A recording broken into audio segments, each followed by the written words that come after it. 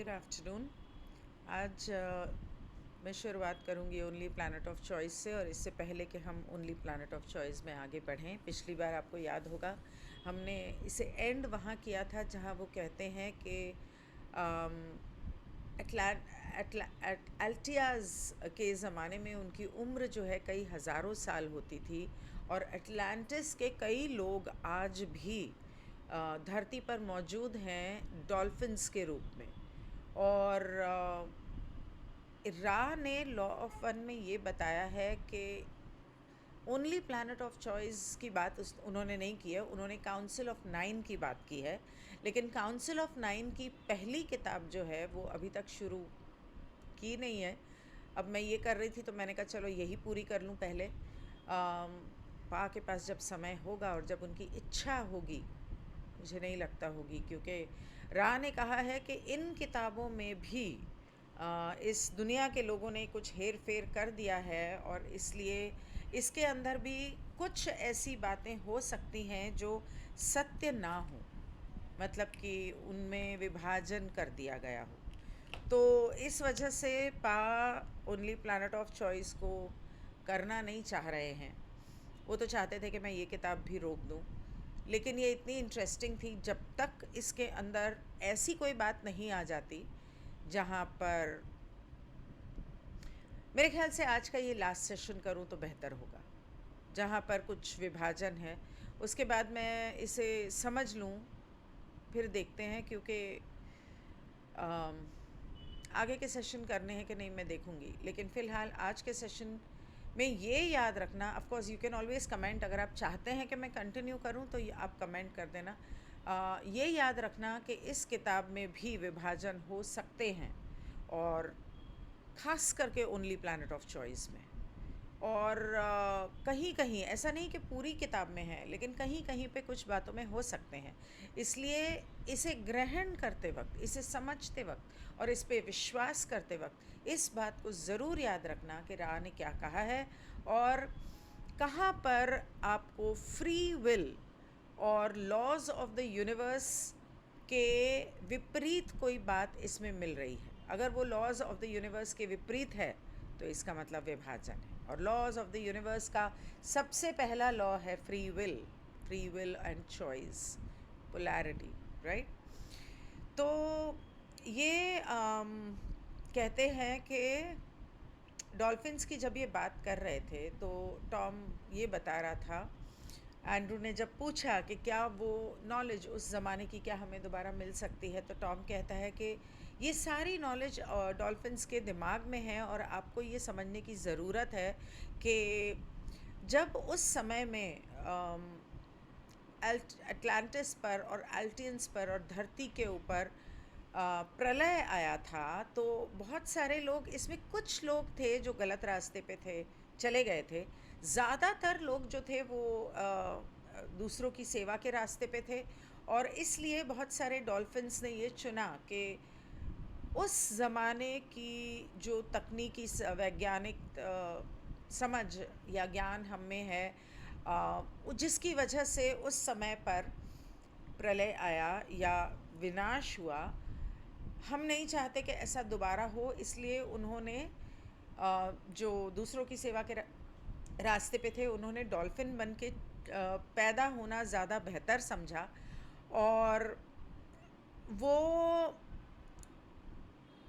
संभोग करने की इच्छा उनकी थी, वो छोड़ना नहीं चाहते थे, मतलब कि उनकी वो इच्छा ख़त्म नहीं हुई थी, और इसीलिए वो चाहते थे कि ये जो तरीका है ये धरती के ऊपर बना रहे, और इसीलिए उन्होंने डॉल्फिन बन के पैदा होना बेहतर समझा। हालांकि काउंसिल नहीं चाहती थी कि वो लोग डॉल्फिन बनकर पैदा हों, लेकिन उनकी फ्री विल थी, तो काउंसिल मना तो नहीं कर सकती। और उस समय पर जब ये लड़ाई झगड़े हो रहे थे उस समय पर, और ये जो कॉलोनीज़ अटलांटिस की आपस में लड़ रही थी या ऐसा कुछ हुआ होगा, तो उस समय पर सारी कॉलोनीज़ बुरी नहीं थी, कुछ अच्छी भी थी। और अटलांटिस कल्चर में उस उनके वो, क्योंकि अटलांटिस बहुत दूर तक फैला हुआ था, तो कहीं कहीं जहाँ अच्छे लोग होने के बावजूद वहाँ पर पृथ्वी पर जब प्रलय आया तो उस प्रलय में उनको भी साथ ले गया और उन्हें भी मरना पड़ा। और जब उन्हें पुनर्जन्म लेना पड़ा तो उन्होंने कहा कि हमें डॉल्फिन बन के पैदा होना है। हालांकि ये कहते हैं कि वो भले डॉल्फिन हैं लेकिन उनके अंदर इंसानियत तुम्हारे धरती के इंसानों से कहीं ज़्यादा है। आगे वो कहते हैं कि वो जो लोग अपनी आध्यात्मिक उन्नति की तरफ हैं उनके प्रति उनकी बहुत सद्भावना और सहानुभूति रहती है, और उनके पास जो तब से जो आध्यात्मिक ज्ञान है उसके द्वारा और इस डॉल्फिन के शरीर के द्वारा वो अपनी और उन्नति, आध्यात्मिक उन्नति करना चाहते थे। इसलिए भी उन्होंने ये चुना कि हम डॉल्फिन बन के पैदा हों। तो एंड्रू ने बोला कि वो तो ठीक है लेकिन उनसे बात करने के बारे में क्या। तो टॉम कहता है कि वो आप जैसे लोग जो अपनी आध्यात्मिक उन्नति कर रहे हैं उनके प्रति बहुत संवेदनशील हैं, और एक और वजह है कि वो डॉल्फिन बन के पैदा हुए कि वो समुद्र की रक्षा करने के लिए हैं। और जो लोग इस धरती के आध्यात्मिक उन्नति में, बदलाव में, या समुद्र को या धरती को तबाह बर्बाद करने के इरादे से यहाँ आते हैं, ऐसे लोगों से धरती को और समुद्र को सुरक्षित रखने के लिए वो समुद्र में रहते हैं, क्योंकि ऐसे कुछ दूसरे ग्रहों के लोग समुद्र के अंदर भी रहते हैं। तो उन लोगों से समुद्र की और धरती की रक्षा करने के लिए डॉल्फिन्स वहाँ पर हैं।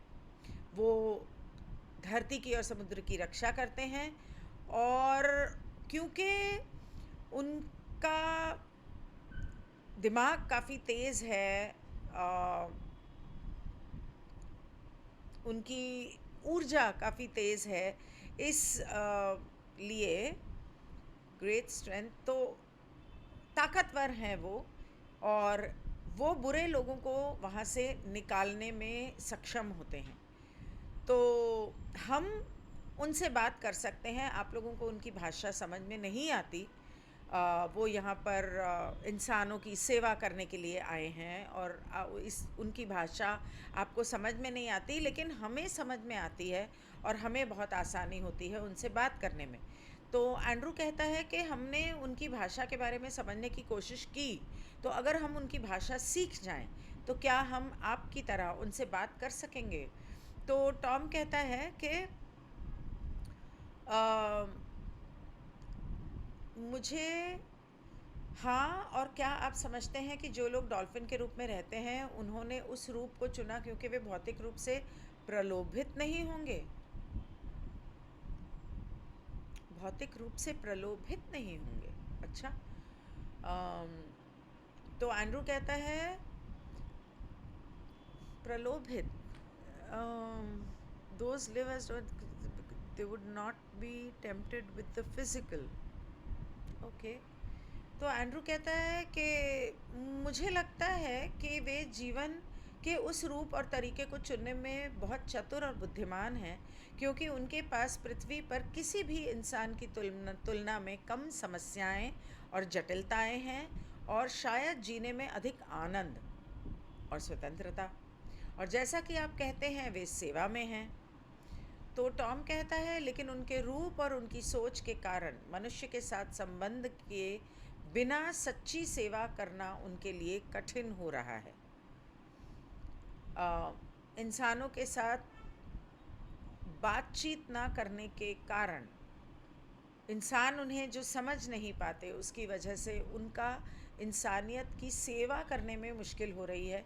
तो एंड्रू कहता है ठीक है, शायद हम वो कनेक्शन या लिंक उन्हें दे सकें क्योंकि वो उनकी भाषा समझने की कोशिश कर रहे हैं।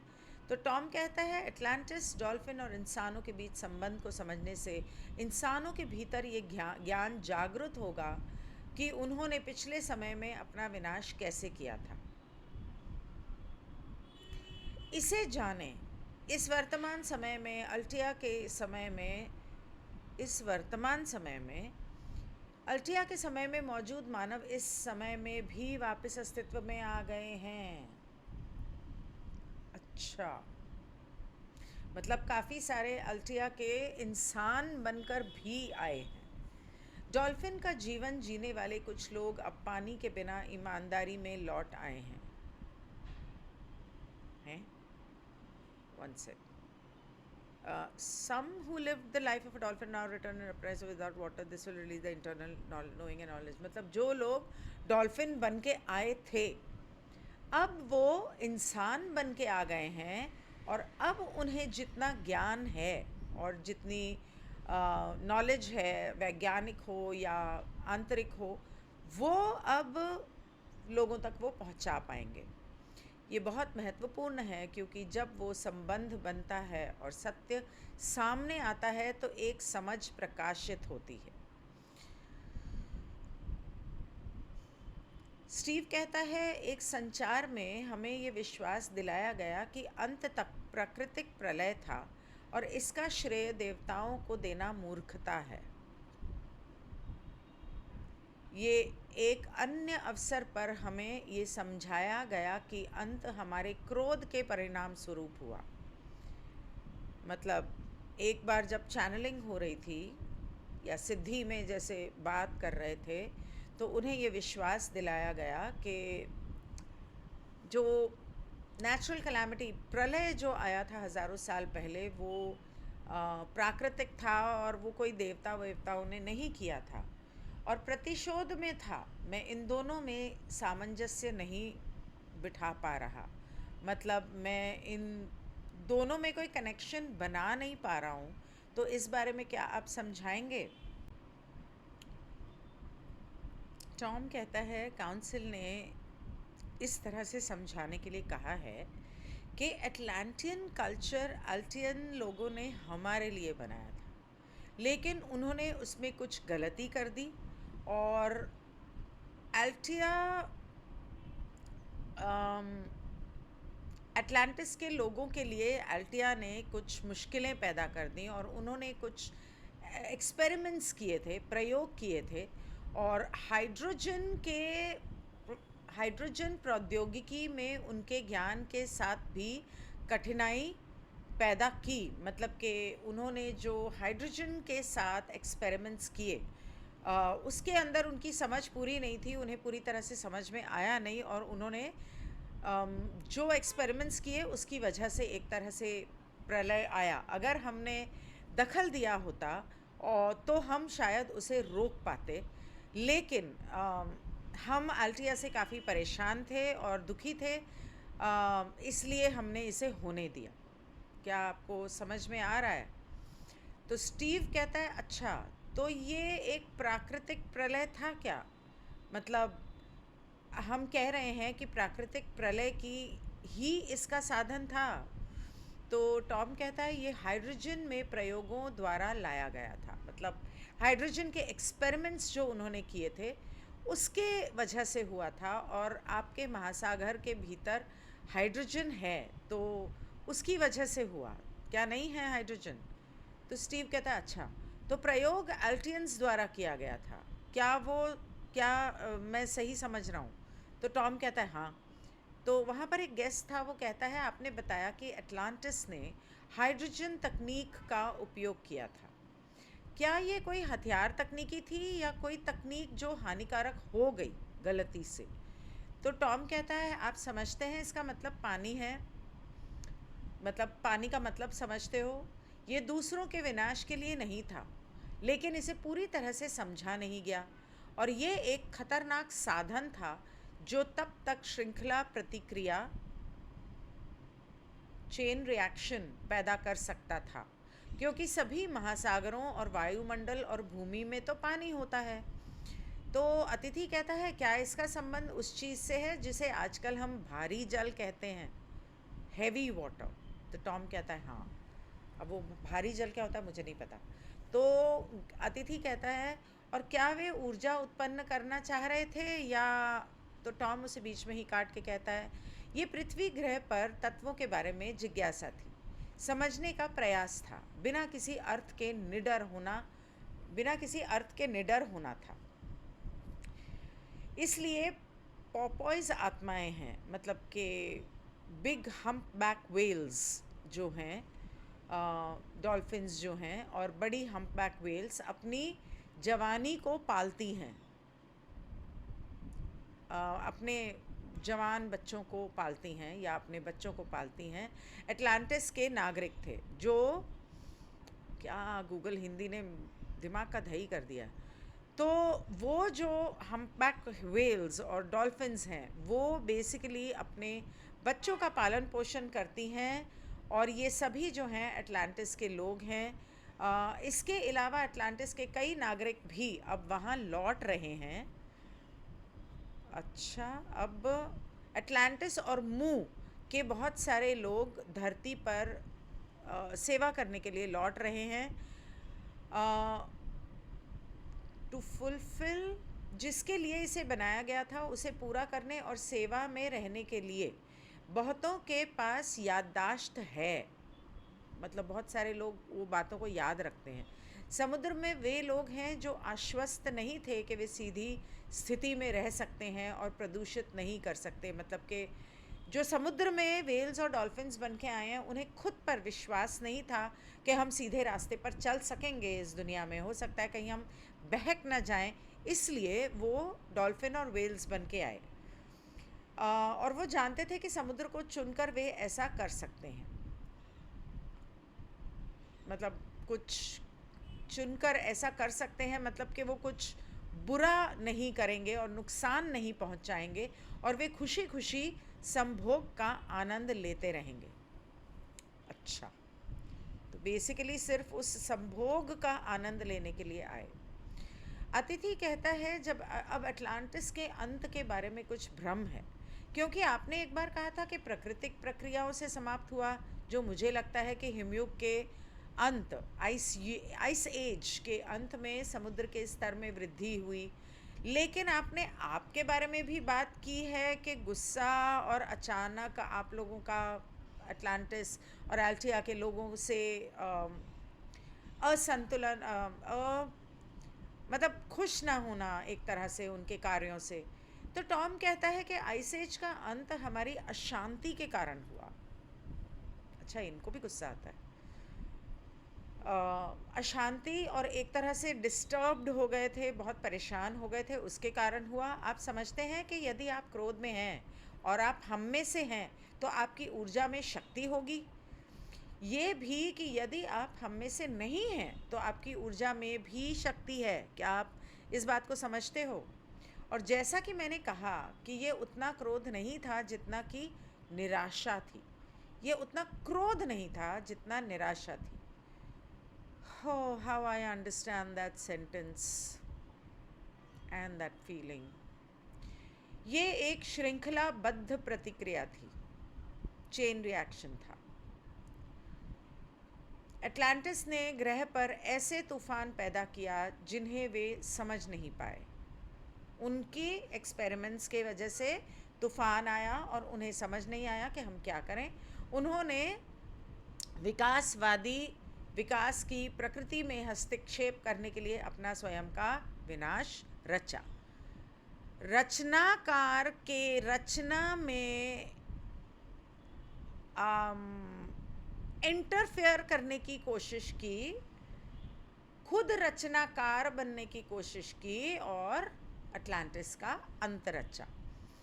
तो जॉन कहता है कि कुछ ऐसे लोग भी आजकल दोबारा पैदा हो रहे हैं जो इस तरह की मुश्किलें पैदा कर रहे हैं, ग्रह के विनाश और आनुवंशिक इंजीनियरिंग, जेनेटिक इंजीनियरिंग वगैरह के साथ छेड़छाड़ कर रहे हैं। इस तरह के कुछ लोग पैदा हो रहे हैं।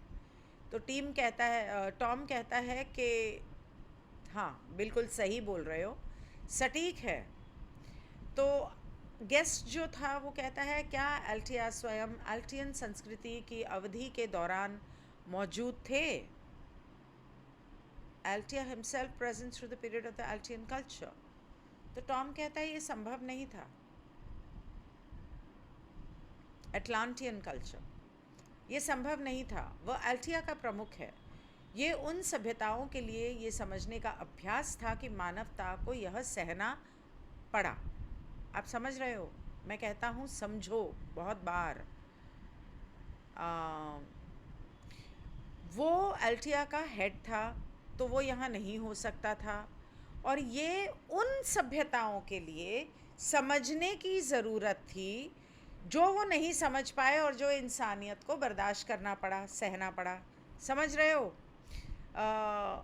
मैं बहुत बार समझ रहे हो बोलता हूँ, बहुत ज़्यादा बोलता हूँ। ऐसा बोला टॉम ने बेसिकली। तो जॉन कहता है कि मैं सोच रहा हूँ कि हमें अटलांटिस के अंतिम जलमग्न होने की कोई सटीक तारीख मिल सकती है क्या, और क्या ये बहुत कम समय में हुआ था? मतलब कि क्या बस कुछ ही समय पहले हुआ था, या बहुत पुराना था कि कोई तारीख मिल सकती है? तो ये कहता है कि ये रातों रात हुआ, एक रात में पूरा बर्बाद हो गया, तबाह हो गया। आपको ये समझना चाहिए कि जब हम उस समय के बारे में बात करते हैं तो हम व्यथित होते हैं, हमें तकलीफ़ होती है। आप इंसानों को कोई याद नहीं है, और हमें याद है। आप इंसानों को तो कुछ याद नहीं है, पर हमें तो याद है। और अगर कोई चीज़ हो सकती है जो काउंसिल ऑफ 9 की, मतलब 9 की परिषद को परेशान कर सकती है, तो वो यही है। यही एक चीज़ है जो हमें परेशान करती है। कुछ ऐसे भी थे जो आप कहेंगे भेड़ के झुंड में आ गए, मतलब कि भेड़ के कपड़ों में आ गए।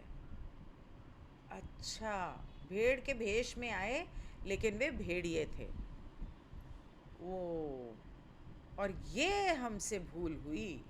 हमने शायद उन लोगों के प्रभाव को कम करके आंका जो हमारी स्थिति, जो हमारी जगह आना चाहते थे। हमने उनके प्रभाव को समझा नहीं, वो अंडर एस्टिमेट किया। जो कभी भी इसे पाने की स्थिति में नहीं थे, कुछ समझे।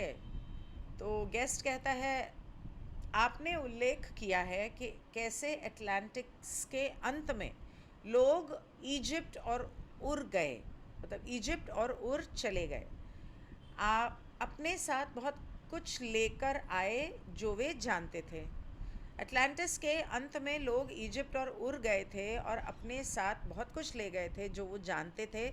मैं उन दूसरी चीज़ों के बारे में और दूसरे लोगों के बारे में बात करना चाहता हूँ, जैसे कि central America, Olmecs, Mayans, Aztecs और ancient megalithic cultures of north west Europe including Britain. मतलब कि उत्तर पश्चिमी यूरोप की प्राचीन महापाषाण संस्कृतियाँ, उनके बारे में पूछना चाहता हूँ। तो टॉम कहता है सही है, इसमें वो लोग भी शामिल हैं जिसे आप हेलेन ऑफ ट्रॉय के रूप में जानते हैं। तो मेरे ख्याल से काफ़ी लंबा हो गया है, इसे मैं यहीं रोकती हूँ। 23 हुआ है बस। अच्छा ठीक है, फिर तो और पढ़ लेती हूँ। तो गेस्ट बोलता है कि हेलेनिस्टिक पीपल जो ग्रीस और मेडिटेरेनियन से थे। तो टॉम कहता है हाँ, उन लोगों के इस तरह फैल जाने में और ट्रॉमेटिकनेस व्हेन अटलांटिस हैड फॉलन, और जब अटलांटिस तबाह हुआ तो वहाँ पर जो दुख और ट्रॉमा जिससे वो लोग गुजरे, उसके अंदर कुछ ऐसी सभ्यताएं थीं। There were civilizations building in 8000 BC in crate नाम की जगह में 8000 BC, 8000 BC हो गया, 8000 और ये 2000, मतलब 10,000 साल, 10,020 साल पहले कुछ ऐसी सभ्यताएं थीं वहाँ पर, उनमें जो बर्बाद हुई। और वहाँ पर वो लोग भी थे जो एशिया के मध्य भाग में, मिडल एशिया, जहाँ पे इज़राइल, जॉर्डन और सद्दाम वाली जो जगह है, मिडल ईस्ट की बात कर रहा है, वो जगह भी आती है। तो वो कहता है इराक, तो टॉम कहता है हाँ। तो गेस्ट कहता है और सेंट्रल एशिया, तो टॉम कहता है हाँ, चाइना, इंडिया, तिब्बत, वहाँ के भी थे। और वो कहता है और अमेरिका, तो वो कहता है they were colonized also from regions of Israel. Do you not have Phoenicians and they merged with aboriginals? तो कहता है कि वो लोग जो थे, जब उसने अमेरिकन्स के बारे में पूछा, वो लोग इज़राइल के लोगों के साथ रहते थे, और या इज़राइल के लोग वहाँ पर अमेरिका गए थे। They were colonised also from regions of Israel. हाँ, इज़राइल की तरफ से गए थे, मुझे कुछ ऐसा ही समझ में आ रहा है। तो तुम्हारे यहाँ फोनिशियंस थे। अब ये फोनिशियंस को क्या बोलते हैं, एक मिनट, मुझे ये इसमें डालना पड़ेगा। तो वो कहता है इज़राइल के क्षेत्रों से भी वहाँ पर गए थे अमेरिका, और क्या आपके पास फोनिशियंस नहीं थे? हिंदी में भी फोनिशियंस ही बोलता है, तो फिर कैसे समझ में आएगा? और वे आदिवासियों में विलीन हो गए। तो वो कहता है अमेरिका में और अगर आपके पास जो पुराने अमेरिका में लोग आए थे उनके बारे में कुछ जानकारी हो तो बताएंगे। तो वो कहता है कि वो फोनिशियंस के जो लोग थे, फोनिशियंस, वो लोग अमेरिका गए थे सबसे पहले, एकदम प्राचीन समय में। तो कहता है अच्छा, तो क्या एटलांटिस के इतिहास से हम लोग सीक्वेंस ऑफ इवेंट्स ज़रा समझ सकते हैं कि पहले क्या हुआ, फिर क्या हुआ, फिर क्या हुआ? तो टॉम कहता है अच्छा, तो तुम क्रोनोलॉजिकल ऑर्डर में समझना चाहते हो। ठीक है, is it not perhaps more useful to bring out the purpose? मतलब क्या ये ज़्यादा बेहतर नहीं है कि उसका उद्देश्य क्या है वो समझा जाए? अच्छा, ये चैप्टर ही ख़त्म हो गया, अच्छा हुआ मैंने ये ले लिया फिर। तो इसके बाद का चैप्टर है इजिप्ट के बारे में। ये तो करना पड़ेगा क्योंकि ये राह के बारे में होगा। ठीक है, तो जॉन कहता है जो तुम कह रहे हो वो है तुम अलग अलग सभ्यताओं के बारे में बात कर रहे हो कि वो उनके कहाँ पर बीज डाले गए इंसानों के या सभ्यताओं के, और उनके अंदर क्या उन सब में आपस में अलग अलग क्या फ़र्क था, क्या अच्छा था, क्या बुरा था, क्या इंसानों के लिए ज़रूरी था, वगैरह वगैरह, डिफरेंट क्वालिटीज़ की बात कर रहे हो। तो टॉम कहता है हाँ, और मैं धरती की भी बात कर रहा हूँ। आप इस पूरे धरती की का जो इतिहास है उसको अलग नहीं कर सकते हो। मतलब एटलांटिस के हिस्ट्री से धरती के हिस्ट्री को अलग कर दो या ऐसा।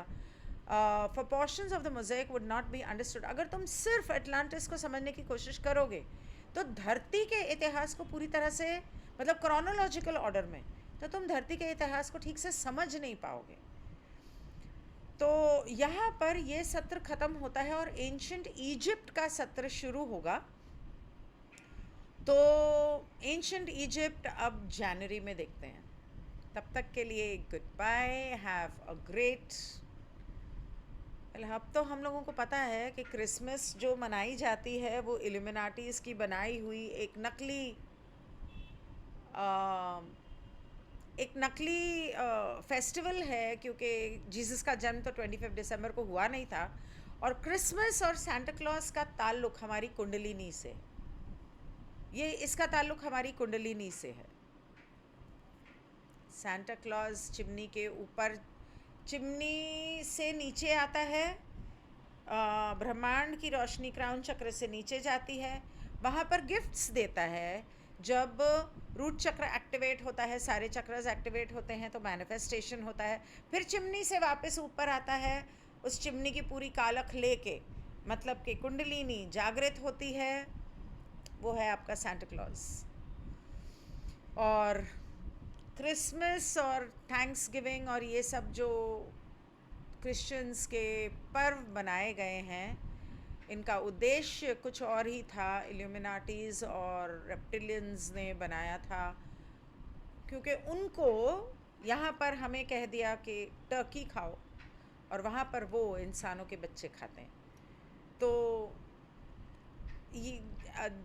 I wouldn't say happy Christmas, merry Christmas, and नॉ वुड आई से हैप्पी न्यू ईयर, क्योंकि असल में हैप्पी न्यू ईयर शुरू होता है 15 अप्रैल के आसपास, जब नया साल शुरू होता है। क्योंकि साल में 13 महीने होने चाहिए, जबकि इन लोगों ने ग्रेगोरियन कैलेंडर में 12 बनाए हैं और साल को दिसंबर में कर दिया जीसस के जन्म से रिलेट कर दिया, जबकि जीसस का जन्म कुछ मार्च में हुआ था। और असल महीने में जो सूर्य का जो साल पूरा होता है वो अप्रैल में, जब सूर्य मेष राशि में आता है तो नया साल होता है, जो हिंदू सनातन धर्म के हिसाब से नया साल होता है, वो है असल में नया साल। फिर भी I will see you soon. Before that जनवरी के टैरो रीडिंग्स और वो सब बाकी हैं, तो मैं आपको नए साल, ग्रेगोरियन नए साल से तो पहले मिलूँगी, लेकिन ओनली प्लैनेट ऑफ चॉइस हम अगले साल शुरू करेंगे। तब तक के लिए शब खैर।